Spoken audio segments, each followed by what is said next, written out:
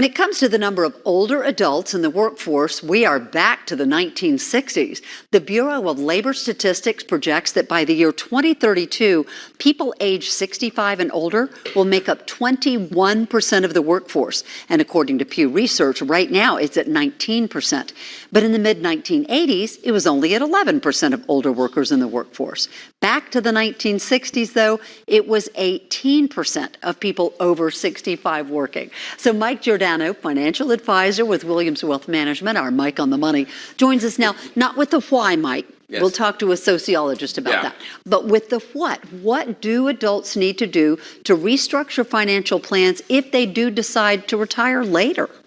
Yeah, I mean, there's a lot of different factors you have to go into when you're thinking about restructuring your financial plan, because there's a lot of different pieces that go into it. You have Social Security, you have pensions, you have the income that's coming out of your portfolio. So you have a lot of different variables, and they're all personal. And the most important thing is that you're taking action as quickly as you know you want to make a change. So one of the reasons that people are thinking is because pensions aren't so popular anymore like they were in the 1980s. So as you're saying, you've got a lot of things to weigh going along right there. What are some of the financial implications of going back to work? Yeah. Like, do I stand to lose something if I've retired and then I go, I think I might want to go back in? Yeah, so there's no blanket thing, because there's differences between public pensions, private pensions, state pensions, federal pensions, and then Social Security. But generally, what you can see is that depending on how much money you're going to end up making in this return to your career, also what age you are, you might see a suspension of benefits or a reduction in benefits. Some of that stuff just comes back to you later on. It's just a question of, you're going to have to rebalance your cash flow. So what you need to think about is what situation you're in. Are you at full retirement age in the case of Social Security? If you are, then there's no adjustments to your benefits. But if you're beneath that, then you might see some reduction in benefits that you'll end up catching back up at when you turn full retirement age. So it may or may not really affect your broader retirement plan? It might not affect the broad retirement plan, but certainly when you're trying to think through how are you going to get all your income, your pension, your Social Security, and your portfolio income, if you're not going to get as much from those first two buckets, then you might need to get more from the Social Security income. Okay, and then what about just the opposite?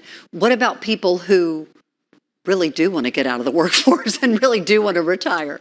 Yeah. So if you're trying to get out of the workforce and you are ready to retire and you haven't pulled that trigger yet, everything we just talked about is good reason to be mindful, because both, a mental standpoint and from a practical standpoint, it's hard to get out of the workforce and then get back into the workforce in maybe a career that you really, really love.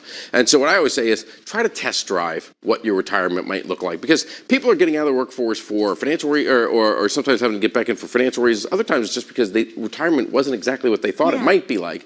So in those cases, the best thing to do is try to test drive it. So if you got a week or two vacation and you say, I really want to play golf in retirement a lot, go play 5 times in a week and see if you actually like playing 5 times. That's good information for you. And if you realize that it's not, then you can start making adjustments to what your retirement lifestyle is going to be like. And it's better to do it then than after you pull the trigger, you're retired, and now all of a sudden you're like, wait a second, this isn't exactly what I thought I was signing up for. Would you like to play golf 5 times a week? I thought I would. I really was on that. Play golf 5 times a week, retire at 35, but now I'm 44, I'm still working, and I don't think I played 5 times this entire year, and my father-in-law lets me know that. So you got at least a good 20 years before you need to even think about this stuff. Yeah, I'm just chasing kids around. There's no golf. Mike Giordano, thank you so much. Always great information.